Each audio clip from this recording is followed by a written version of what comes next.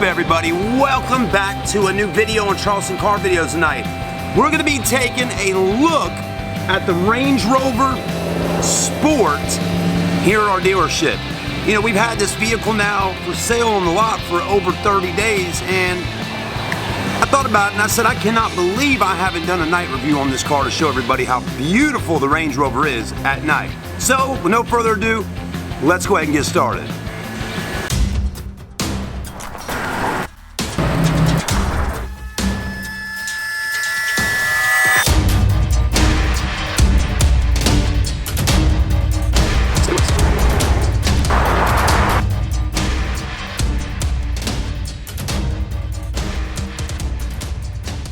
Alright everybody, so let's go ahead and take a look at the Range Rover Sport. It also is an HSE 2006. You know, when this car was new back in the day, it was a pretty pricey vehicle. I'm only assuming over $80,000. Maybe less, maybe more, not really exactly sure, but that's why we got y'all out there, the fans, to let us know.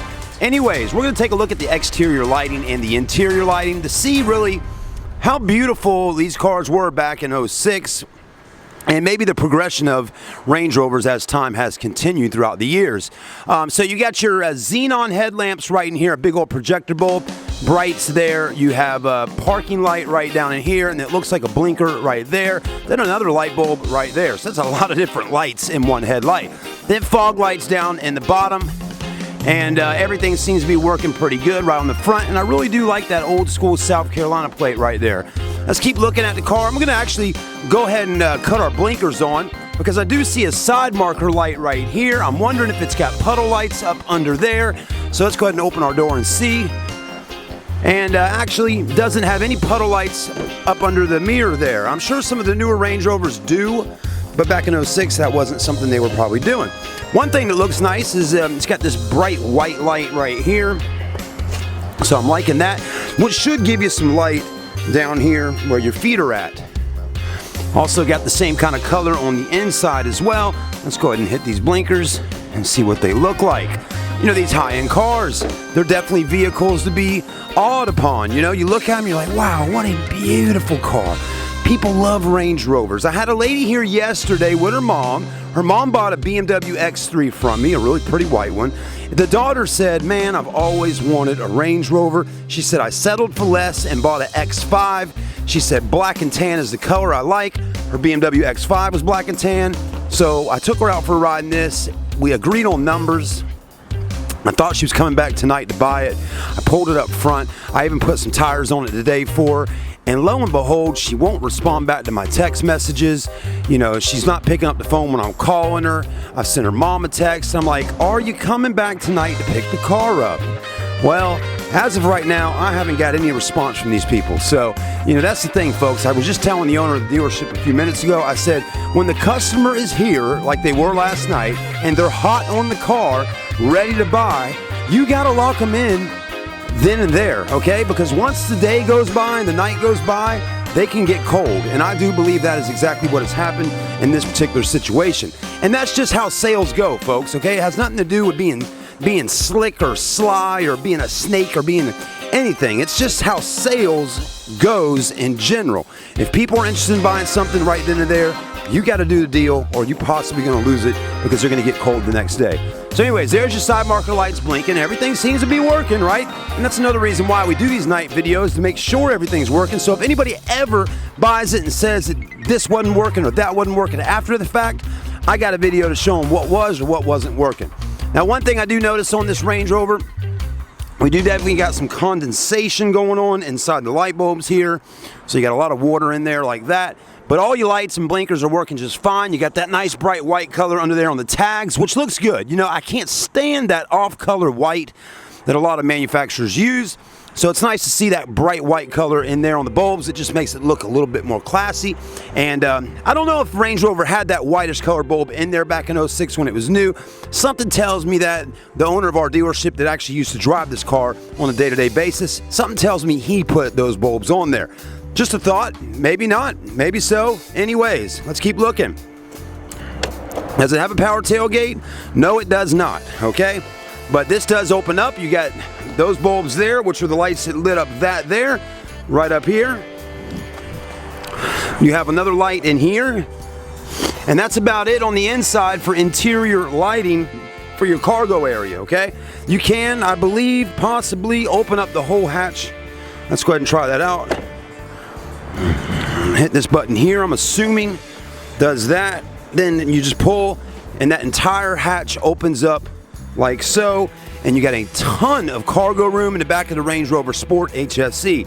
Pretty decent amount of room there, and definitely a lot more space than on a BMW X5. Now, my thing last night with the customer was this right here, because again, she drove a black and tan X5 that was similar in year model to this Range Rover here. And here's what I told her. I said, one thing is for sure, the Range Rover, even though it's older, is still going to get people looking at it, okay? There's something about these cars.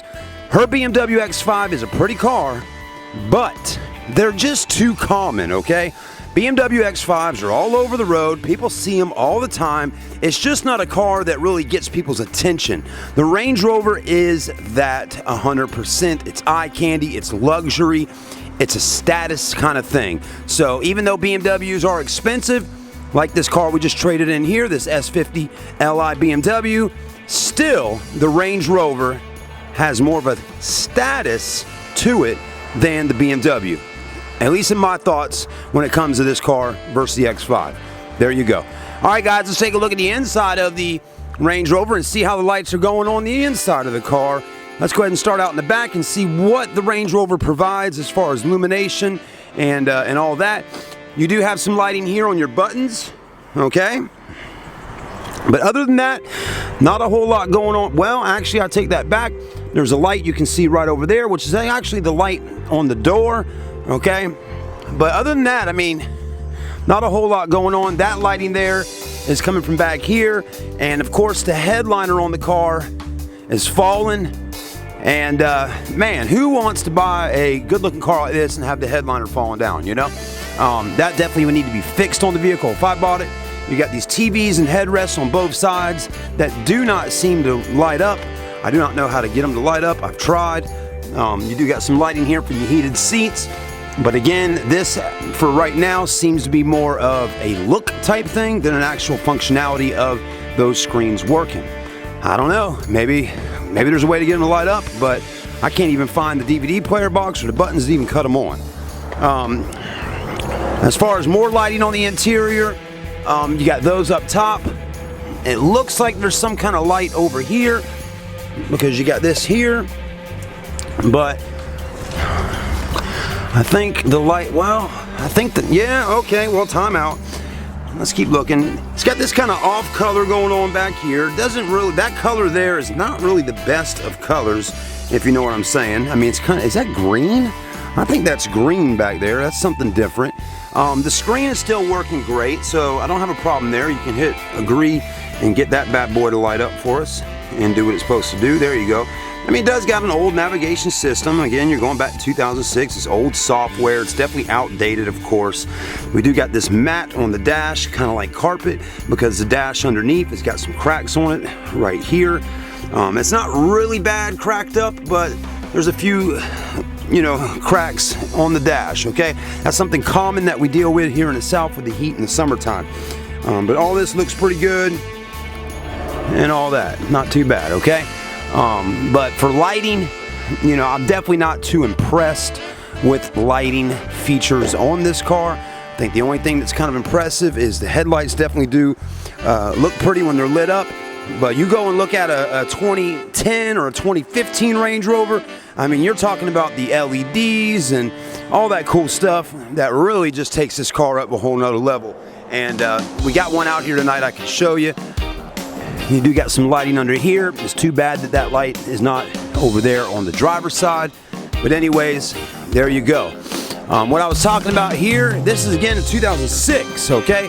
Coming over here, we're going to I think a 2010, something a little bit newer. And as you can see, the lights in there, they got the LEDs going around. Kind of gives it that angel eye effect like you would have on a BMW. But I mean, realistically here, folks, the front ends on these cars really aren't all that much different. But I personally, I like the 2006 front on the car we were just looking at better than this.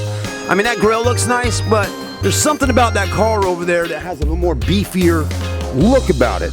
I'm just saying, that's me. I mean, look at this. We got a scuff right there on our front bumper. That definitely doesn't look too hot. And those wheels look smaller on this one. Again, now that's just, these are really almost exactly the same as far as it's a sport, okay? I think the difference in this one versus that one is that car over there is not an actual supercharged model. I believe this one is, okay? That's a supercharger wheel on here, 20-inch. What they have done, they took the wheels off of a supercharger and put it on that one over there to make it look like a supercharger model, but it actually isn't. This one is a supercharger HSE luxury. It's got the sport right there.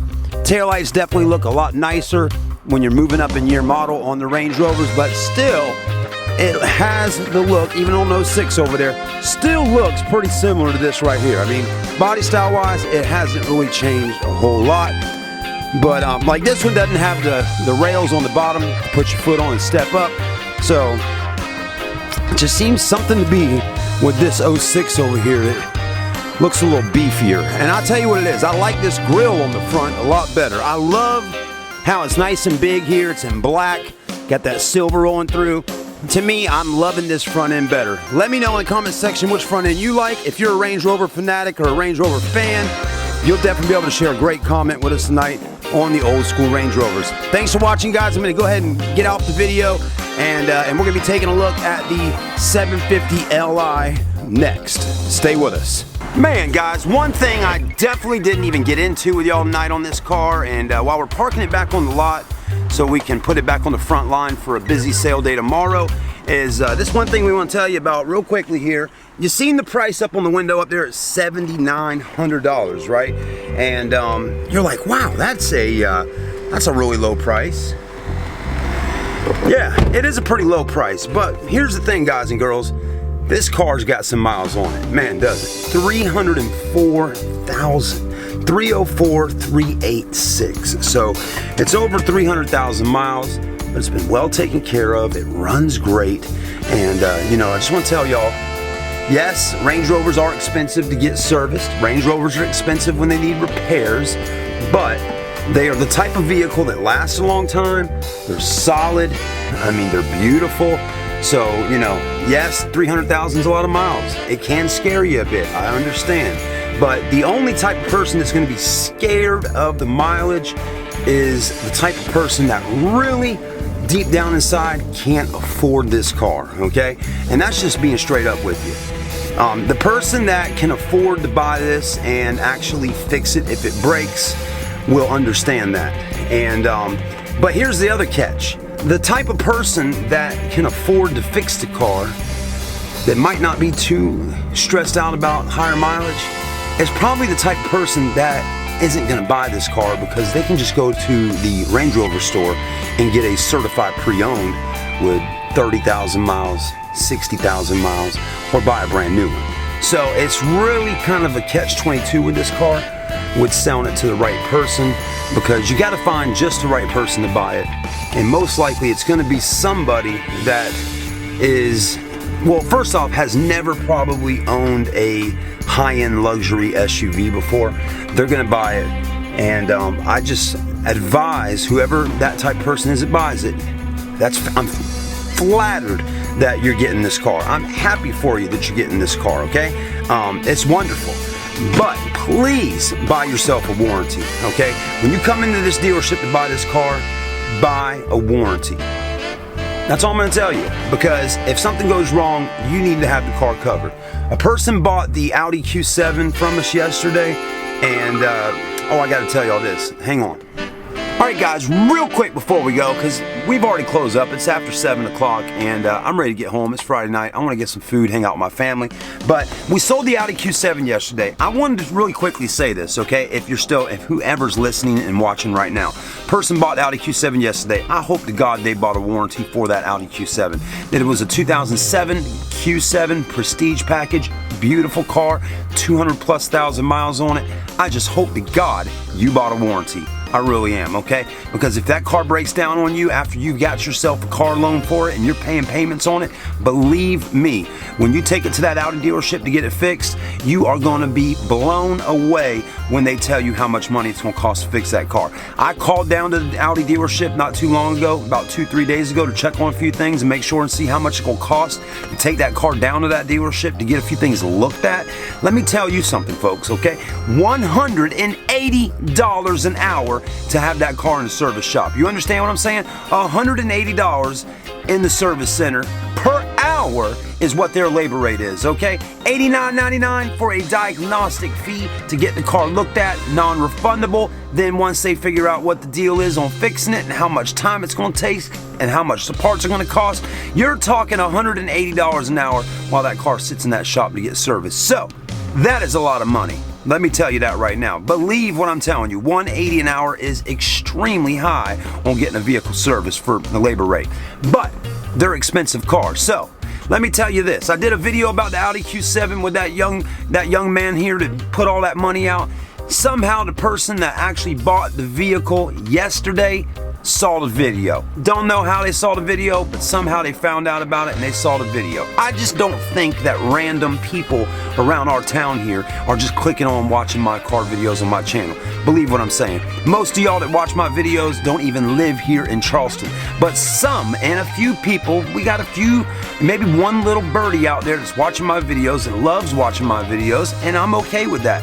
But that particular person, I heard, may have told the customer about the video and maybe even sent it to them. I don't know why they would do that, but here's what I said on the video, okay? I thought that the battery or something, the alternator, something was wrong with the car, okay? Because the car had a cranking problem.